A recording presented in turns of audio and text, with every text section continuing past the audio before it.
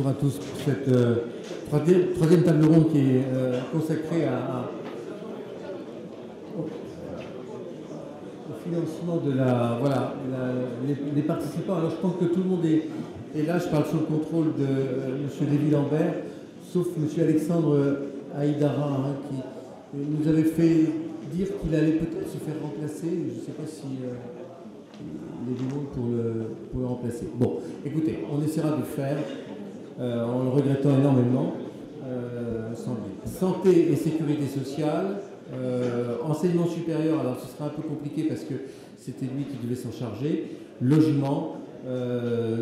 Cette table ronde est surtout consacrée à l'étude et l'analyse des transferts entre les générations, parce qu'il faut faire payer ceux qui en ont les moyens et qui consomment aujourd'hui, ou alors reporter la charge sur nos enfants et nos petits-enfants. On commence tout de suite par la santé, je crois, avec Jean-Claude Pragère, qui est donc directeur des études économiques de la Cité du Grand Paris et délégué général du Cercle Santé Société. Je vous donne le micro et vous avez les... Bon après-midi. Donc, ce n'est pas au titre du Grand Paris que je vais parler de la santé, en particulier des relations. On pourra en parler si vous voulez, s'il y a un débat. Je vais parler des questions de santé. D'abord, ce qu'il faut savoir, c'est que cette question de santé concerne tous les pays avancés. Je ne dis pas de la même manière, mais avec acuité. Et pour une raison très simple, c'est que la santé, c'est le réglage d'un curseur difficile entre, d'une part, l'économie de marché et, d'autre part, ce que je n'hésite pas à qualifier de contraintes collectives, hein, qui s'exercent d'une manière plus ou moins organisée et plus ou moins efficace. Et dans tous les pays, il y a des problèmes. Hein. On l'a constaté avec la réforme Obama, on le constate actuellement en Allemagne. Il y a des problèmes actuellement graves en Allemagne. Je pourrais revenir dessus si vous voulez. Donc je ne connais pas de pays où la santé ne soit pas au cœur de l'agenda social. Alors le problème de notre pays, c'est l'incapacité à contrôler un déficit croissant. Enfin, il s'est stabilisé. Si vous... Je peux passer le slide. Voilà. Vous avez ici l'évolution des déficits sociaux. Vous avez le déficit de la CNAV et le déficit du régime général et de la CNAM. Hein. Donc vous avez l'ensemble. Vous voyez que le déficit de la CNAM, hein, assurance maladie, se stabilise à une somme qui est de l'ordre d'une dizaine de milliards depuis 2-3 ans. Et la difficulté est qu'on ne voit pas finalement comment on peut contrôler et réduire ce déficit. Alors donc pour essayer de situer le débat, je vais d'abord parler de quelques points clés et puis après quelques pistes de solutions, mais je pense que Thierry reviendra plus en détail sur certaines solutions. Alors les points clés. Bon, je rappelle en 2-3 mots que notre système de santé est considéré comme de bon accès et efficace dans les comparaisons internationales. Hein, il y a toute une série de documentations qui permettent de le dire. Ce n'est pas simplement un problème de taux de mortalité, c'est également l'efficacité du système de soins se mesure par la mortalité sur les maladies évitables du fait des soins. Et donc là-dessus, il y a des indicateurs américains, des études assez solides qui sont faites, qui montrent que nous avons probablement un des systèmes les plus performants du monde sur ce plan-là. Il est coûteux en valeur relative. Le PIB, la dépense rapportée au PIB est de 11,8 hein, en 2009-2010, pas nettement plus que l'Allemagne. Elle est de 11,6 en Allemagne. La contribution publique en Allemagne est globalement la même que la contribution publique en France. Et le problème est de caractériser les raisons de ce qui peut être considéré comme un coût élevé par rapport aux comparaisons internationales. Alors là-dessus, c'est pas simple, hein, parce qu'on parlait des hôpitaux tout à l'heure. On comparait les hôpitaux français aux hôpitaux allemands. Les statistiques internationales montrent que la dépense hospitalière par séjour est plus faible en France, même s'il y a un nombre de séjours un petit peu plus fort. Mais la dépense par séjour est plus faible en France que dans la plupart des pays avancés. La consommation pharmaceutique est plus forte en France que dans la plupart des pays avancés. Ça, c'est très clair. Hein. Il y a une quantité de consommation de médicaments qui est plus importante. Mais le prix des médicaments innovants est moins élevé que dans la plupart des pays avancés. Ce qui est peut-être une clé, je suis désolé, j'ai peut-être plus de questions que de réponses. Ce qui est peut-être une clé, ce sont les frais de gestion du système. On a des frais de gestion du système qui sont globalement équivalents aux frais de gestion du système aux États-Unis, qui sont très élevés. Ça représente 17% de la dépense, globalement. Et ces frais de gestion du système sont importants aussi bien par ce qui pourrait être qualifié d'administration publique du système que par l'administration au sein des opérateurs de santé. Et c'est peut-être là une des clés les plus intéressantes, avec des surcoûts qui sont significatifs par rapport à l'ensemble des autres pays et par rapport à l'Allemagne. Alors, puisqu'on parle de la comparaison avec l'Allemagne, cette comparaison est intéressante parce que la dépense sur PIB a évolué à peu près de la même manière sur une dizaine d'années entre la France et l'Allemagne. On se retrouve à peu près au même niveau maintenant. La croissance a été plus rapide parce que l'Allemagne est partie de plus haut que la France. Donc, en partant de plus bas, on est remonté à un niveau à peu près équivalent, on les a même un petit peu dépassés, mais la croissance est plus rapide. Mais la différence, c'est la capacité collective de l'Allemagne à traiter ces questions de financement. Les caisses d'assurance maladie en Allemagne ont aujourd'hui des graves problèmes de financement et des mesures qui ont été prises par le gouvernement allemand en 2010. Il y a même une ou deux caisses qui sont au bord de la faillite actuellement, mais le gouvernement a tranché en élevant le reste à charge, en le faisant passer de 1% du revenu disponible après impôt à 2% du revenu disponible après impôt. Ça veut dire quoi? Ça veut dire que le reste à charge global, qui en Allemagne aujourd'hui est de l'ordre de 13% de la dépense de santé globalement, alors qu'en France il n'est que de 6-7%, eh bien, peut monter jusqu'à 20%. Donc ça veut dire que l'Allemagne se donne une soupape dans l'évolution de la dépense de santé et de la recette qui est relativement importante par le canal finalement du marché. La fiscalité allemande a aussi progressé, c'est-à-dire que les cotisations patronales comme les cotisations à charge des salariés ont augmenté en Allemagne depuis 2 ans, de 0,6 points pour l'une comme pour l'autre. Alors maintenant, les clés, les pistes. Qu'est-ce qu'on peut envisager comme piste? Alors, c'est un sujet extrêmement politique, comme vous le savez. C'est un sujet très politique parce qu'il touche au cœur du contrat social. Il y a des corporations très puissantes qui sont en cause. On a essayé beaucoup de dimensions dans la solution. On a tout essayé. C'est comme on disait autrefois de ce que disait François Mitterrand du chômage.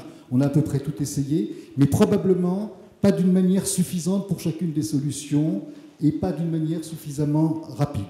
Alors les solutions envisageables sont à 2 niveaux, au niveau des ressources et au niveau de l'efficacité du système, de l'efficience du système. Au niveau des ressources, il y a 10 milliards de déficit, un point de CSG fait 10 milliards d'euros, grosso modo.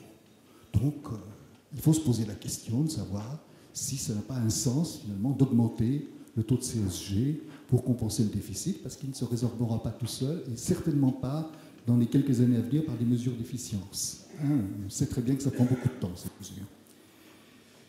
Également, il y a un point très important du point de vue de la ressource, ça a été souligné tout à l'heure, c'est le coin fiscal, c'est-à-dire qu'en réalité, la ressource fiscale provient plus d'une taxation sur les entreprises que d'une taxation sur les personnes. Et ça pose des problèmes de compétitivité internationale. Donc, la question de la CSG se pose aujourd'hui, à la fois pour résorber le déficit et pour rééquilibrer la fiscalité. En termes d'efficience, il y a toute une série de mesures qui pourront avoir des effets considérables à terme, mais pour lesquels il ne faut pas attendre un effet immédiat très important, parce que les mesures de contrôle direct de la dépense, des résorptions violentes de la dépense énergique ont déjà été prises. Donc il ne reste plus beaucoup de marge de manœuvre dans la manière de réduire la dépense à très court terme. Premièrement, l'ONDAM. L'ONDAM est vu d'une manière probablement un peu trop généreuse, sauf depuis quelques années où il s'est réduit. Et l'idée qu'on peut avoir aujourd'hui, c'est pour améliorer le contrôle sur les opérateurs de soins, de renforcer la gouvernance régionale. C'est-à-dire d'aller plus loin encore que ce qui a été fait avec l'ARS, avec la mise en place des ARS. Les ARS ont permis déjà de mieux prendre en compte tous les problèmes régionaux, mais ce qu'on constate encore, c'est qu'il y a des liens encore trop forts entre le système hospitalier et puis les ministères nationaux qui perturbent quelquefois l'efficacité de l'action des agences régionales de santé. Deuxième élément qui va de pair, c'est le renforcement de la capacité de gestion des hôpitaux.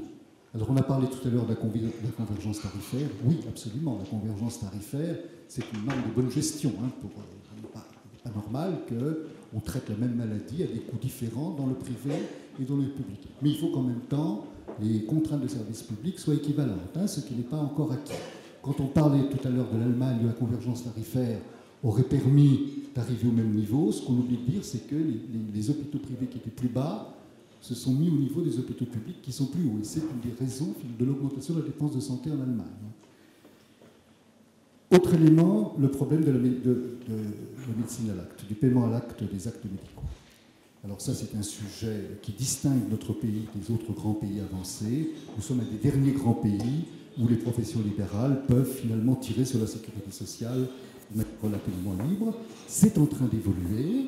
Il y a bien sûr des conventions qui sont passées par la CNAM avec certaines maisons de santé, qui sont des formules expérimentales, mais il faut probablement aller plus loin et plus vite dans ce domaine, également d'ailleurs en faisant évoluer la profession médicale, puisque nous avons une barrière trop nette entre le métier de médecin et le métier d'infirmier. Il n'y a pas de continuum, comme il peut y avoir dans d'autres pays, où il y a des assistants de santé qui prennent, comme on appelait autrefois en France, les officiers de santé, qui prennent en charge toute une partie finalement de la prise en charge des malades. Monsieur Prager, il faut qu'on... 2 minutes, même pas 1 minute.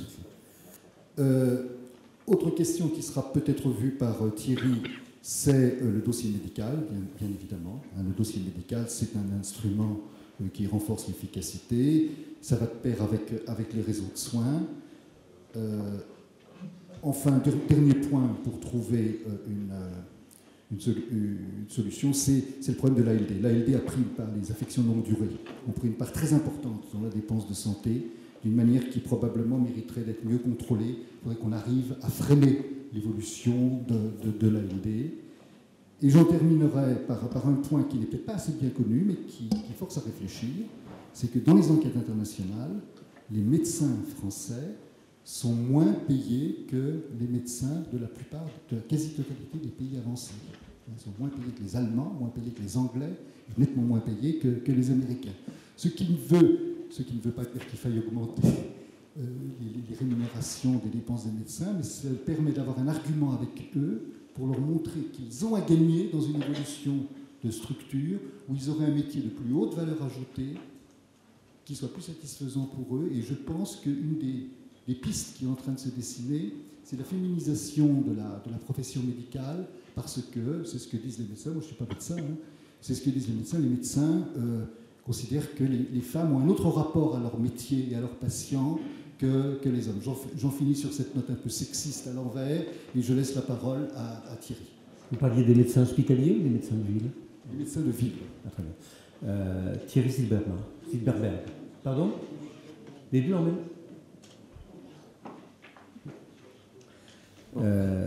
Donc Thierry Silberberg, qui est directeur de la division santé à Orange.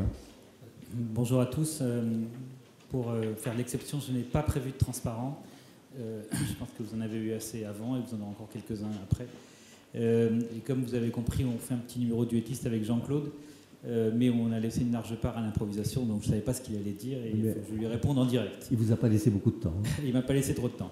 Peut-être quand même redémarrer un petit peu sur la toile de fond des problèmes de santé, parce que les dépenses de santé explosent dans tous les pays, et c'est dû à 3 phénomènes qui sont les mêmes dans tous les pays, qui varient légèrement par pays. D'abord, le vieillissement de la population. Ça, c'est vrai dans tous les pays, et ça entraîne de facto une augmentation des dépenses. Parce que la demande d'être en bonne santé le plus longtemps possible est quelque chose d'universel et qui entraîne des coûts. Deuxième, et on y reviendra, c'est la montée des maladies chroniques. C'est lié évidemment au vieillissement. Quand vous vieillissez, vous avez une maladie, vous en avez une deuxième, vous en avez une troisième, vous vivez avec. C'est aussi également dû au progrès de la médecine.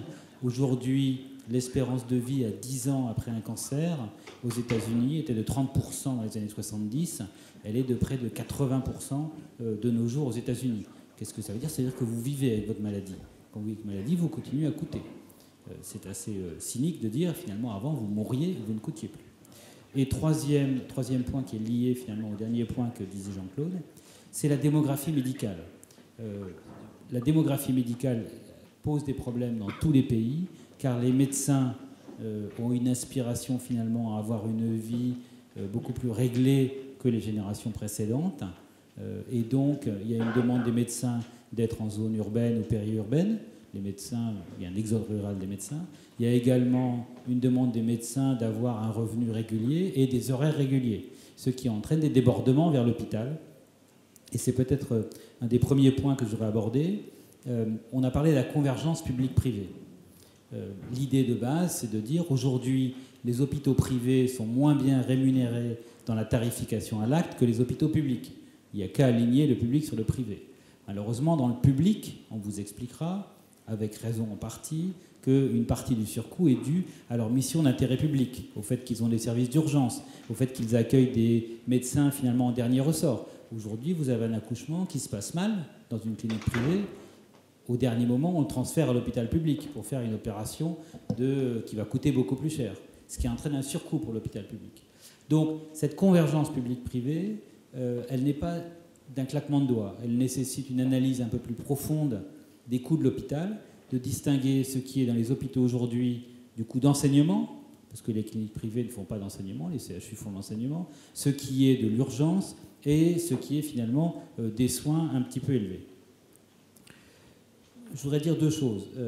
Jean-Claude a parlé du point de CSG. Alors, je participe à plusieurs forums de ce type-là. Le problème du point de CSG, c'est qu'il est déjà utilisé par 4 autres groupes qui ne traitent pas de la santé et qui ont tous dit on n'a qu'à faire un point de CSG. Donc le point de CSG, il a déjà été sursouscrit 4 fois. Et donc si on l'amène à 4 points, je crains qu'on ait des problèmes. Donc plutôt que de chercher encore et encore de nouvelles recettes, il faut vraiment, et là je rejoins Jean-Claude, travailler sur l'efficience de notre système. Probablement, quand même, au niveau des recettes, je pense qu'il faut qu'on se résigne à introduire un reste à charge qui sera modulé en fonction des revenus des gens. C'est quelque chose qui est socialement acceptable, qui nous rapprochera des Allemands. Le petit calcul qu'on a fait avec Jean-Claude nous montre qu'en modulant le reste à charge en fonction des revenus, simplement en le doublant par rapport à ce qu'il est aujourd'hui, vous pouvez baisser le déficit de 4 milliards. Ce n'est pas des choses qui sont extraordinaires et c'est des choses qui sont socialement justes et donc qui sont probablement acceptables par tout le monde. J'accélère, Monsieur Sylvestre. Je pense que, globalement, en tout cas, dans le cadre de ce groupe X-Sursaut, il faut qu'on se donne la règle d'or de la santé. Il faut qu'on se dise, avoir 11 milliards de déficit qu'on reporte et qu'on met sous le tapis sur les années suivantes, ça n'est plus possible. Donc il faut qu'à partir de l'année prochaine, il y ait une règle d'or. On ne dépense que ce qu'on a. Ce qui revient à dire, puisque du côté des recettes, on a après fait le tour, de travailler sur l'efficience. J'ai parlé de la convergence publique-privée. Je vous donne 3 autres points et j'en termine. La flexibilité dans le système. Aujourd'hui, on a un système qui est très piloté par l'échelon national. L'objectif de dépenses maladie est fixé là, au niveau national. On a un ONDAM. Pourquoi ne pas créer un ORDAM, un objectif régional de dépenses d'assurance maladie? Nous avons créé des agences régionales de sécurité, de santé, qui ont précisément comme objectif de gérer la santé sur leur territoire. Donnons-leur la possibilité de gérer un budget avec une fongibilité des enveloppes qu'elles n'ont pas aujourd'hui. Donc en fait, elles sont aujourd'hui, encore une fois, finalement, des agents administratifs qui se bornent à gérer des enveloppes séparées. Donnons-leur un budget global régional qui leur permette de jouer au niveau régional. Et je vais plus loin. Permettons-leur, c'est dans la loi aujourd'hui, il n'y a pas de loi à changer, permettons-leur de faire des appels d'offres. Aujourd'hui, la loi permet à l'ARS de faire des appels d'offres sur un certain nombre de services publics. On peut très bien imaginer qu'une agence régionale de santé fasse un appel d'offres et dise « Je veux un service d'urgence sur mon territoire qui réponde à telle et telle caractéristique et je lance un appel d'offres qui soit aussi bien valable pour le public que pour le privé. » On fait en fait de l'ARS de véritables stratèges de la santé sur le terrain. Autre piste que je vous soumets, et qui va également un petit peu dans ce que disait Jean-Claude, les ALD, elles représentent aujourd'hui 90% de l'augmentation de la dépense de santé en France. Elles sont mal gérées par la sécurité sociale. Transférons-les, c'était dans le plan du président Sarkozy, ça n'a pas été fait, faisons-le, transférons ces ALD en grande partie aux mutuelles, en autorisant les mutuelles à créer des réseaux de soins. Aujourd'hui, il y a une énorme résistance légale et de différentes corporations sur la création de réseaux de soins. C'est important que les gens qui gèrent la dépense puissent gérer la manière dont cette dépense est faite. Donc, si moi j'assure un malade qui a une longue maladie, qui a une ALD, il faut que je puisse dire vous avez un parcours de soins et je gère ce parcours de soins. Vous devez aller voir votre médecin X puis votre médecin Y et moi je connais le médecin X et le médecin Y et j'ai passé des accords avec lui. Ça nous amènera gentiment mais sûrement vers l'introduction d'une partie de capitation dans la rémunération des médecins, c'est-à-dire qu'en fait, on fera comme le font d'autres pays, que les médecins ont un cheptel, passez-moi l'expression, de malades, et leur objectif, c'est d'amener ces malades au meilleur niveau de santé possible en s'appuyant sur un système de santé spécialisé. Dernier point qui est, finalement, je vais prêcher un petit peu dans la paroisse ici, l'introduction massive des technologies de l'information. On est encore excessivement retardé en France dans ce domaine-là. Je vous donnerai 3 points. On a un dossier médical personnel aujourd'hui. Ça doit être après le 4e avatar de ce projet, qui a été lancé, puis enterré, puis lancé, puis enterré par différents ministères. On a un truc qui marchote, mais qui est de bonne volonté, tout le monde est d'accord pour le faire. De grâce, ne le cassons pas. Renforçons les gens qui le font et laissons-leur faire le job. C'est quelque chose qui est de longue durée. Donnons-leur la durée pour le faire et ayons un dossier médical dans 5 ans, dans 10 ans, qui tienne la route. Deuxième chose qui est liée aux technologies de l'information, c'est l'hospitalisation à domicile. Nous avons trop peu d'hospitalisation à domicile aujourd'hui. On ramène trop à l'hôpital. Une journée d'hôpital, ça coûte entre 1 000 et 2 000 euros. Une journée à domicile, ça coûte 300 euros. Vous faites des économies furieuses en faisant ça. Aujourd'hui, on avait des plans de faire 10 000, 15 000 lits de HAD. On ne les a pas fait. Dernier point, il a une petite pique pour notre ami Frédéric Van Rockingen qui n'est pas là. Il a récemment annoncé qu'on allait dématérialiser les ordonnances en pharmacie. Vous avez dû voir ça dans la presse. La réalité est qu'on ne le fait pas. La réalité est qu'on va donner des scanners aux pharmaciens pour qu'ils gravent les ordonnances sur des DVD et qu'on empile les DVD dans les bureaux de l'assurance maladie. Permettez-moi de vous dire qu'en 2011, on est capable de faire mieux en matière de dématérialisation et probablement moins cher. Donc, je termine là-dessus. La dématérialisation est probablement une manière de faire près de 15% de gains sur la plupart des coûts administratifs que nous avons aujourd'hui. Je vous remercie. Merci beaucoup.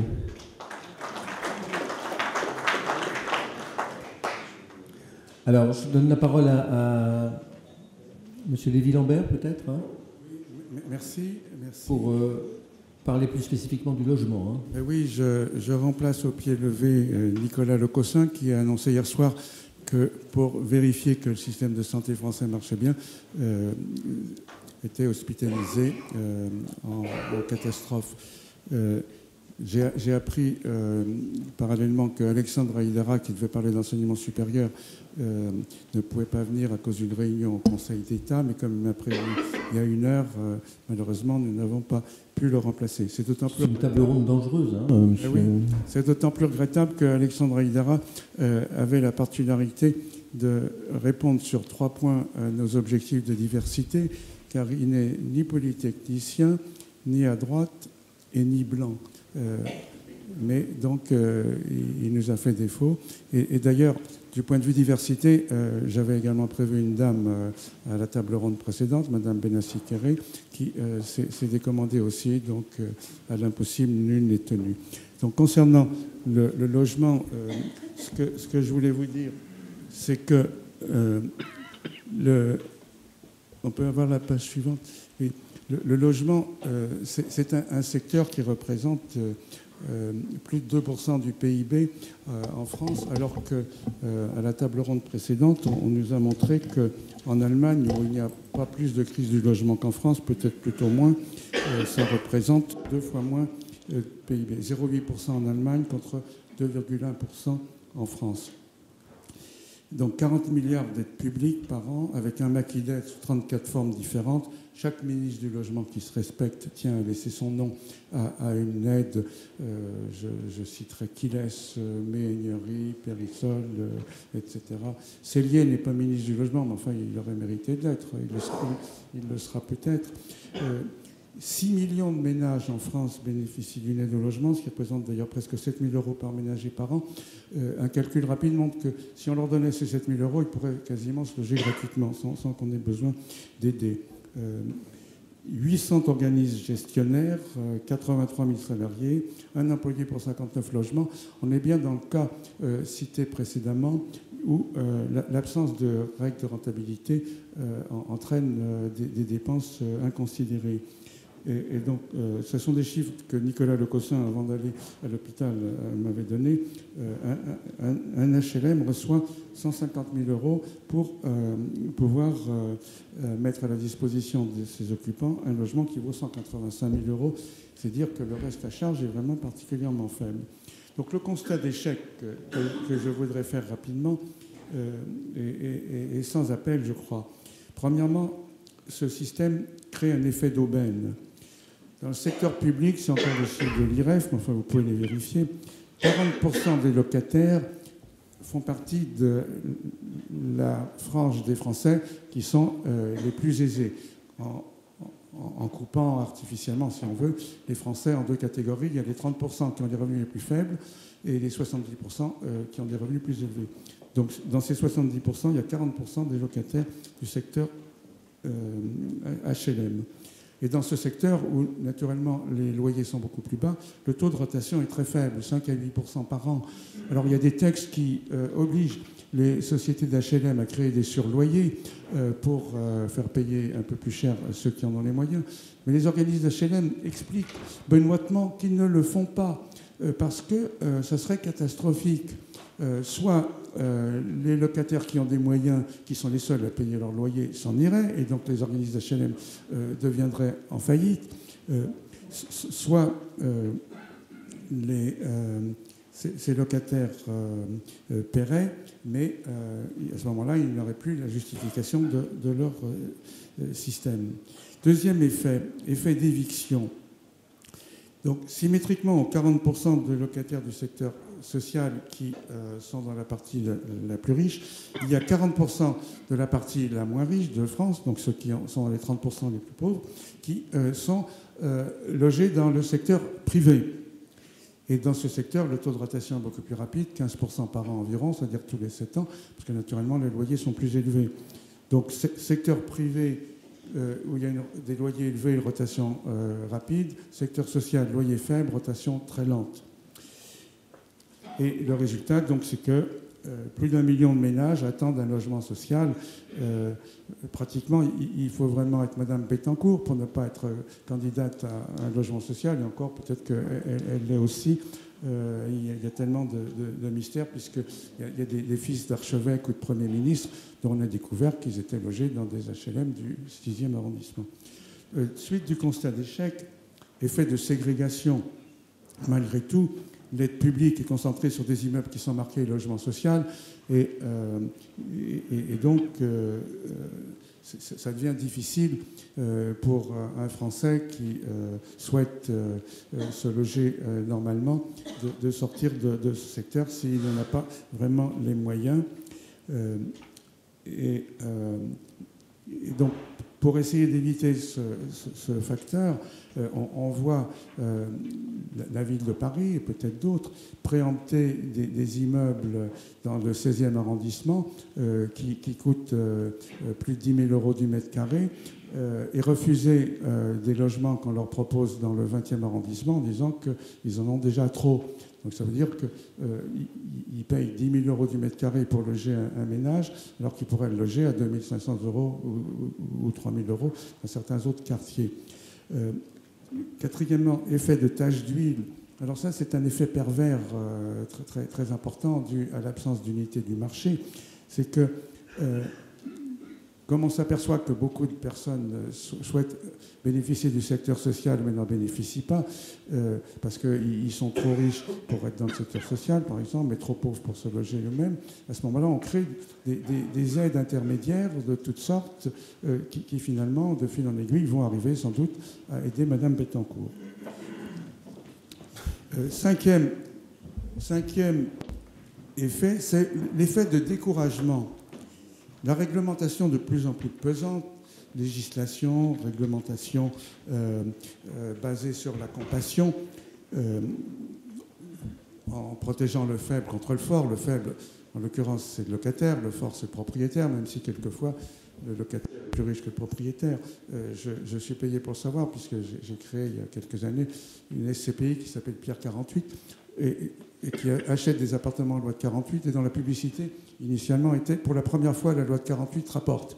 Mais elle ne rapporte pas aux anciens propriétaires qui ont été obligés de louer les logements à des prix faibles. Donc, la réglementation oblige à créer des allègements fiscaux coûteux, périsol, etc. C'est lié. Vous savez, il y a une réforme qui le durcit un peu, mais ce sont des avantages énormes qui représentaient l'année dernière 25% des prix du logement payés en 9 ans aux investisseurs, et qui donc n'ont pas fini d'être payés par la dette publique, et qui donc seront payés par nos petits-enfants dans l'augmentation d'endettement qui lui correspond. Et le dernier effet de ce système, c'est le gaspillage. On a parlé de transport tout à l'heure, mais on n'imagine pas des véhicules dans lesquels on explique aux conducteurs qu'il faut qu'ils appuient sur le frein en même temps que sur l'accélérateur. On s'étonne qu'on consomme beaucoup d'énergie, mais c'est parce que le frein, c'est le découragement des investisseurs. Donc je passe aux propositions pour essayer de ne pas être trop long.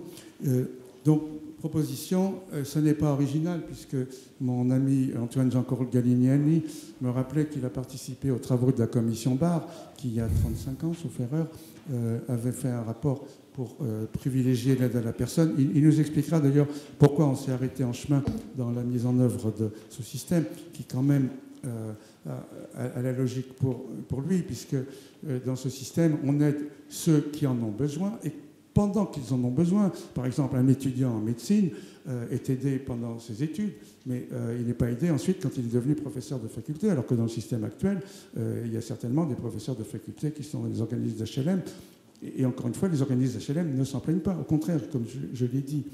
Donc, ce qu'il faudrait pouvoir choisir comme paradigme, et en reprenant le titre du livre d'Alain Mathieu qui en parlait tout à l'heure, Contre les mythes, il y a le mythe du logement social. Un logement, ce sont des murs, des pierres. Ça n'est pas social. Ce qui est social, c'est son occupant. Un logement, il doit être banal.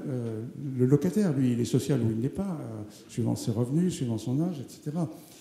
Donc, deuxième proposition, faire avec le logement, au niveau de l'État et des collectivités locales, ce que l'État fait avec ses bureaux. L'État a créé un conseil de l'immobilier qui a pour vocation de vendre des immeubles qui sont peu ou mal utilisés pour réduire la dette. J'y reviendrai d'ailleurs parce que j'ai une anecdote si j'ai encore une minute. Mais donc, vendre pour se désendetter, alors qu'actuellement, d'un côté, il y a l'État qui vend des immeubles, et de l'autre côté, le même État ou ses démembrements, les collectivités locales, les organismes sociaux, achètent à tour de bras, achètent, construisent, préemptent. Ce qui, donc, contribue à l'augmentation de la dépense publique. Monsieur de Villambert, il ne nous reste pas beaucoup de temps. Très bien. Donc, je vais, à la suite de mes propositions, redonner au secteur privé le goût de l'investissement locatif, mais sans avantages fiscaux exorbitants, en rééquilibrant les relations entre propriétaires et locataires. Et notamment favoriser la création de grandes foncières spécialisées dans le logement, logeant toutes les catégories de population sans exclusive. Il y en avait dans le temps qui s'appelait SGI, elles ont disparu. Antoine va sans doute expliquer pourquoi. Et je passe à ma dernière page. PAREF, dont je suis président du conseil de surveillance, a choisi de parrainer cette réunion. Son président du directoire est là. Et donc, je vous parle de deux projets, un grand et un petit. Le grand projet, c'est le projet Respimo. Créer une foncière logement non aidée, mais socialement responsable. Tout le monde disait que c'était impossible. Nous ne le savions pas. Nous allons le faire, j'espère. Et alors, deuxième histoire, alors c'est une anecdote qui s'appelle projet DNID. PAREF est propriétaire d'un immeuble à Croissy-Beaubourg, dont le locataire a besoin de s'agrandir. Derrière cet immeuble, il y a un immeuble enclavé, qui ne vaut rien, qui est propriété de l'État, qui n'en fait rien. Donc nous avons proposé à l'État de lui acheter à peu près 2 fois sa valeur. Mais je me heurte depuis un an à un mur. un mur. Et je vous dirais simplement pour terminer ce qu'un sous-directeur responsable, plutôt irresponsable, du ministère des Finances m'a répondu. Il m'a dit, ça ne nous intéresse pas pour 2 raisons. Première raison, quand nous sommes propriétaires, nous ne payons pas de loyer. Si nous partons pour aller dans un autre immeuble dont nous serons locataires, nous paierons un loyer. Deuxième raison, je lui disais, mais quand même, ça va réduire l'endettement. Il me dit, non, pas du tout. 85% du produit des ventes va au service qui a vendu l'immeuble et seulement 15% va à la réduction de l'endettement. Il y a 35 ans, mesdames et messieurs, j'étais responsable de la rationalisation des choix budgétaires au ministère des Finances. Si je m'étais endormi pendant 35 ans pour arriver aujourd'hui, je crois que finalement, il ne s'est rien passé pendant cette période. Bon. Merci beaucoup. Merci beaucoup. Vous avez passé le micro à votre voisin, Antoine Janco Galignani. Bien, je m'exprime ici avec humilité, puisque je suis un rare métèque, si j'ai bien compris, admis dans votre réunion, mais je le dois à l'amitié d'Hubert Lambert. Nous faisions du terrorisme ensemble, rue de Rivoli, il a dit 35 ans, c'est plus près de 40, mais vous voyez qu'il continue d'en faire, donc ça prouve que les choses vont bien. Je parlerai puisque c'est ce qu'on m'avait demandé, d'abord de santé, et j'essaierai d'être très bref, avec une approche particulière, qui est celle tirée de mon expérience que j'ai partagée avec Jean-Daniel Lefranc, qui est ici avec vous aujourd'hui. Mon point est que, bien sûr, il faut mettre un terme à ce déficit de l'assurance maladie. Tous les déficits sont inacceptables, mais celui des dépenses de santé l'est encore plus que d'autres. Le point de PIB, le point de CSG, on en a parlé, mais le problème, c'est que les dépenses de santé augmentent plutôt de 2 points de plus que le PIB chaque année. Donc, on fait un point de CSG, mais il faudra le refaire assez rapidement l'année d'après. Donc, on n'en sort pas. Mon propos, c'est de dire qu'il faut chercher une contribution dans un partage raisonné et négocié, un nouveau partage raisonné et négocié de la couverture des dépenses de santé entre la sécurité sociale, mettre en œuvre la solidarité nationale et les assureurs complémentaires qui sont, je le rappelle, à 70% environ des mutuelles, donc pas des organismes à but lucratif. Alors, aujourd'hui, le gouvernement taxe les mutuelles très lourdement. Je pense qu'il serait beaucoup plus intelligent, beaucoup plus efficient de procéder à une redistribution avec elles des couvertures. L'avantage des mutuelles, très rapidement, l'avantage premier, c'est qu'elles s'équilibrent. Elles s'équilibrent, sinon à la fin de l'année, elles sont en faillite. Mais le deuxième avantage qu'on ne mentionne pas assez, c'est qu'elles sont un levier de changement. Elles peuvent être un levier de changement du système beaucoup plus efficace que la sécurité sociale parce qu'elles négocient, elles n'imposent pas. Quand une grande mutuelle, la même GEN ou autre, dans une ville de France, dit « moi je couvrirai à 95%, j'assurerai un taux de couverture à 95%, si les professionnels font un effort, les médecins, des pharmaciens, pharmacies mutualistes ou autres, des cliniques, eh bien, croyez-moi, les gens, ce n'est peut-être pas vrai dans le 16e arrondissement, mais dans l'immense majorité des endroits, les gens y viennent. Nous en avons fait l'expérience de manière limitée, et les AGF ont été un peu pionniers dans ce domaine, avec l'optique, avec la CNP, il faut le reconnaître, pour l'optique et le dentaire, et nous avons obtenu des professionnels, des fabricants de prothèses, des fabricants de lunettes, des efforts tout à fait intéressants. La mutuelle peut aussi, alors c'est un domaine plus délicat, a une capacité de prévention, de gestion, comme on dit, c'est plus chic, par les individus de leur capital santé. Bon. Par exemple, dans le domaine du dentaire, on offrait un discount sur la prime aux parents qui soumettaient leurs enfants à des examens tous les 18 mois de leur situation dentaire. Donc je crois qu'il y a là, si vous voulez, dans la mesure où on est dans un domaine qui est flexible, qui est décentralisé, qui négocie, on a une possibilité de recherche de l'efficience du système. Alors les mutuelles, l'assurance complémentaire a des inconvénients. Si elle est individuelle, si vous ou moi achetons une assureur complémentaire, elle est coûteuse. Elle est coûteuse parce que vendre un contrat, tous les assureurs le savent, est coûteux et sa gestion est coûteuse. Donc il faut de plus en plus favoriser les contrats collectifs dont les frais de gestion sont plutôt moins élevés que ceux de la sécurité sociale, surtout pour les grandes mutuelles. L'autre inconvénient, bien sûr, c'est que c'est un transfert vers un système dans lequel on demande aux ménages de payer, c'est du reste à charge. Et donc, alors, la CMU a essayé d'apporter, avant les dérives qu'elle a connues, une solution à cette situation. Mais on peut imaginer des modulations au sein des contrats collectifs d'ores et déjà. Dans un certain nombre d'entreprises, les cadres et les non-cadres ne payent pas la même chose à la mutuelle. Donc je crois qu'il y a là une piste. Alors il y a une résistance considérable. Il y a comme souvent, quelquefois en France, dans pas mal de domaines, une alliance d'or, une alliance sacrée entre les syndicats de la santé et les syndicats de médecins, dont vous savez qu'ils sont les plus puissants en France, qui, naturellement, ensemble, sont très opposés à ces systèmes, des réseaux, parce que contre le gouvernement, les syndicats de médecins gagnent toujours, alors qu'ici, il s'agit de négociations. Voilà, donc c'est une piste, je crois. Alors, c'est très différent de l'esprit des propositions du plus illustre d'entre nous, des assureurs, de Claude Bébéard, qui, il y a quelques années, avait d'ailleurs un peu compromis ces idées-là en parlant d'assurance au premier franc. À l'époque, c'est au premier franc, au premier euro. Donc des assureurs faisant concurrence à la sécurité sociale. Je crois que c'est un système qui existe en partie en Allemagne, où il y a une concurrence entre les caisses d'assurance maladie. Je crois qu'en France, ça ne passerait pas. Mais il ne s'agit pas de ça. Il s'agirait de s'engager ou de taxer les mutuelles dans un partage négocié et avec elles.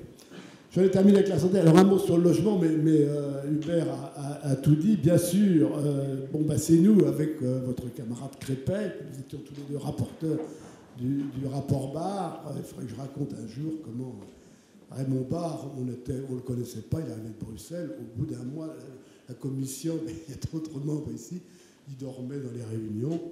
On dit ce type, mais qu'est-ce qu'on va faire avec lui? C'est impossible. Et puis au bout de 2 mois, il nous a réunis, Crépet et moi. Et manifestement, doucement, il avait tout compris ce qu'on voulait faire, mais il avait trouvé le chemin pour le faire accepter. Donc on a créé l'APL, l'aide à la personne. Bon. Moi, je militais comme Hubert très fortement pour ça, parce que je crois que c'était rationnel. Je crois maintenant, avec l'âge, qu'il faut quand même encourager, comme tu l'as dit, le logement locatif. Il faut plus de logements, il faut construire plus de logements en France. C'est un problème physique aussi. Et moi, je défends, je sais que ce n'est pas très à la mode aujourd'hui, un cellier ou autre formule, qui, c'est le secteur locatif juste au-dessus du social. Hein. Un cellier dans une ville de province, ça vous donne des loyers à 10, 11, entre 10 et 12 euros le mètre carré. Ce n'est pas du social, mais c'est pas très loin du social. Et je crois que c'est le moyen, ça coûte beaucoup moins cher qu'à l'HLM, surtout en actualisé, hein, puisque c'est payé dans le temps. Et je crois que c'est quand même un des moyens de débloquer certaines de ces situations de logement social que tu as parfaitement décrites. Merci. Bien, j'imagine qu'il y aura quelques questions. Monsieur Galichon, est-ce que vous pouvez nous donner quelques éléments d'analyse et de réflexion sur ces transferts de charges d'une génération à l'autre, parce que c'est quand même le thème central de notre préoccupation. Je rappelle que vous êtes professeur à l'École Polytechnique en économie. Hein. Oui, tout à fait. Alors, comme je suis économiste et qu'on parle beaucoup en ce moment des conflits d'intérêts des économistes, peut-être que je déclare que j'ai un conflit d'intérêts sur ce sujet des transferts entre générations, puisque je suis le père d'une petite fille de 6 mois. Donc la question des transferts entre générations m'intéresse particulièrement. Voilà, donc je pense que la question du transfert entre générations, elle est souvent présentée de manière un petit peu erronée, puisque très souvent on présente la question comme étant centrée sur la part que l'État dépense pour ses jeunes, étudiants compris, et la part que l'État dépense pour ses seniors. En fait, ce n'est pas la bonne manière de positionner le débat. Pourquoi ? Parce que les jeunes et les seniors peuvent très bien avoir des besoins tout à fait différents, et donc ce n'est pas du tout un élément, une bonne comparaison. Et puis l'autre élément, c'est que les jeunes d'aujourd'hui deviendront les seniors de demain. Et donc, en fait, si vous voulez positionner le débat d'une manière qui a du sens, il faut que vous suiviez les générations génération par génération. Donc, il faut vraiment faire une analyse générationnelle de la question. Je vous rappelle que c'est l'intuition qu'avait eu notre camarade Maurice Allais, puisque c'est le père des modèles dits à génération imbriquée, qui était une avancée dans la pensée économique, puisque ça consistait justement à faire cette réflexion par génération. Donc, qu'est-ce qu'il faudrait faire, en fait, pour avoir une idée de quel est le bon niveau d'équité intergénérationnelle? Eh bien, il faudrait pouvoir regarder au niveau d'une génération la somme actualisée des transferts qui vont être faits tout au long de la vie d'un enfant qui naît aujourd'hui. Et donc, vous allez évidemment considérer les paiements, les charges fiscales moyennes, et vous allez évidemment déduire ce que va recevoir l'individu en question en provenance de l'État. Donc, vous allez déduire tout ce qui est prestations sociales.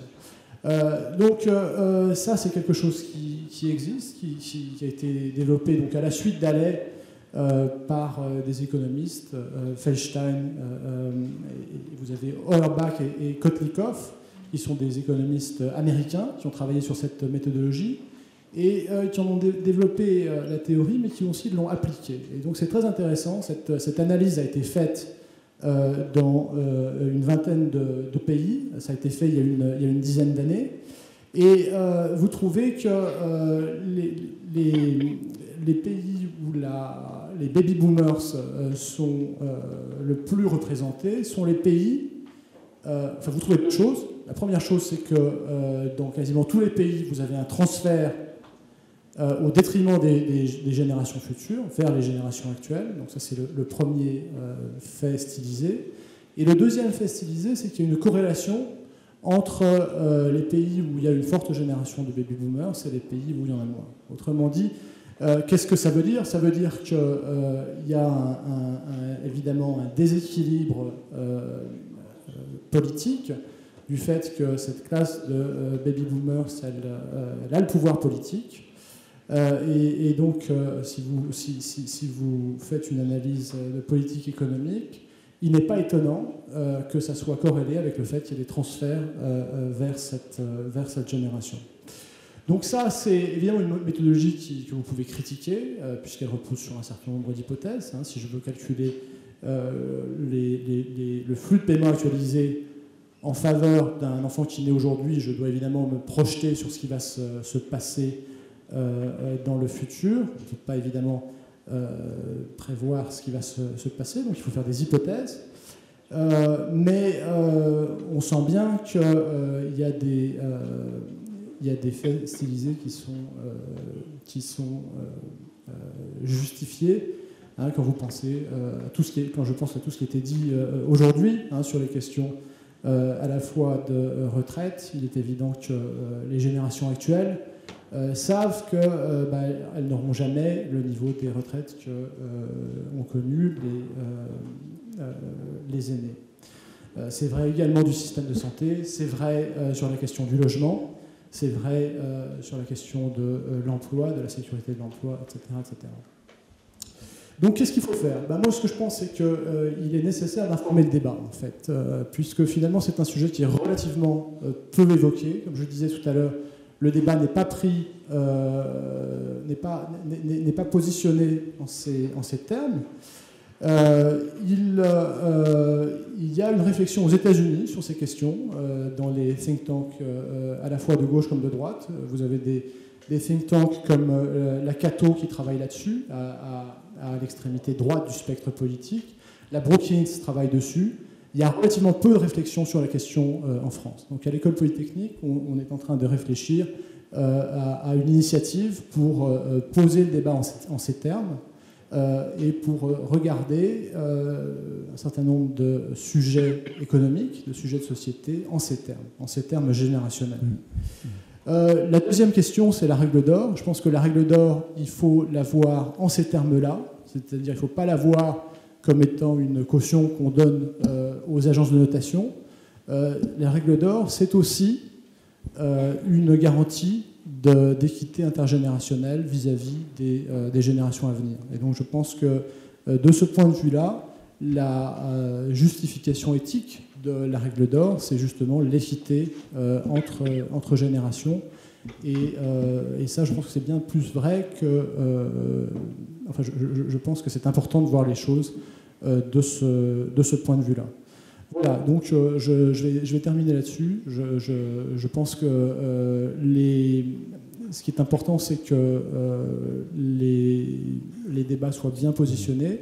Et ce qu'on voit actuellement, pour conclure, ce qu'on voit actuellement, je pense en Grèce ou en Espagne, c'est que quand les vérités surgissent brusquement, ça conduit à des grosses tensions sociales. Et je pense que le cas de la Grèce est à ce sujet très instructif.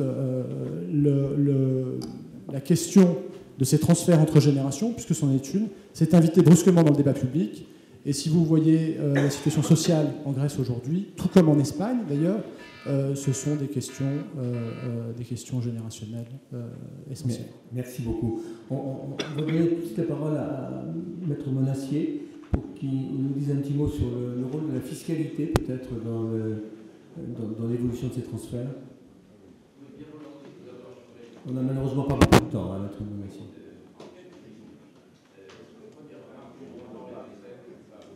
Peut-être reprenez le micro du fond parce que celui-ci. Celui-là, il marche.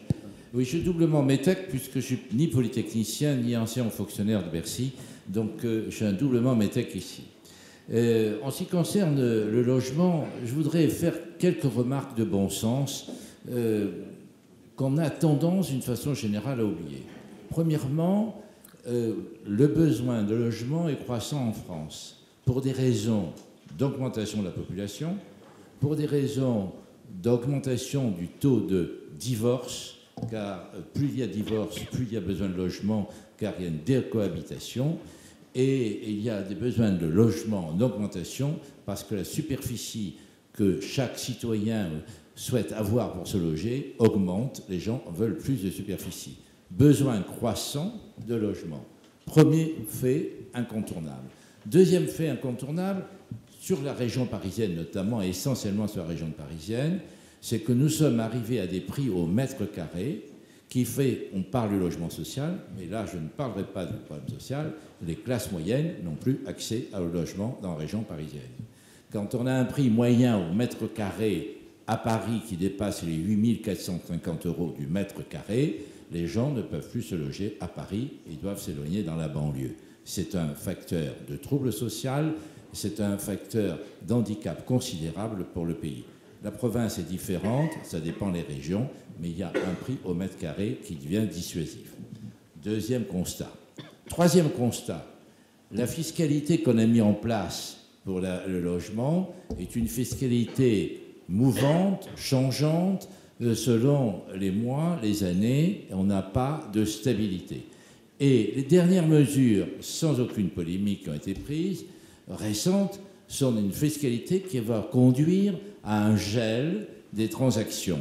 Fiscalité sur la plus-value immobilière, 30 ans, eh bien les gens ne vendront pas parce qu'ils ne vont pas payer. Fiscalité sur la plus-value terrain à bâtir, également, on va geler les transactions. Et en gelant les transactions, on va les raréfier. En les raréfiant, ça se traduira par un problème une offre insuffisante et donc une hausse des prix. Donc une insolvabilité, donc une crise de logement encore plus importante.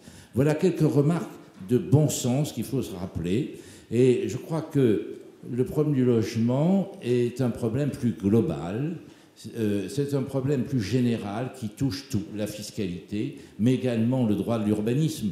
Si on veut loger de plus en plus de gens sur une surface de plus en plus grande de territoire, ça signifie qu'il faut des infrastructures de plus en plus importantes, de plus en plus longues, des trains, des RER, etc.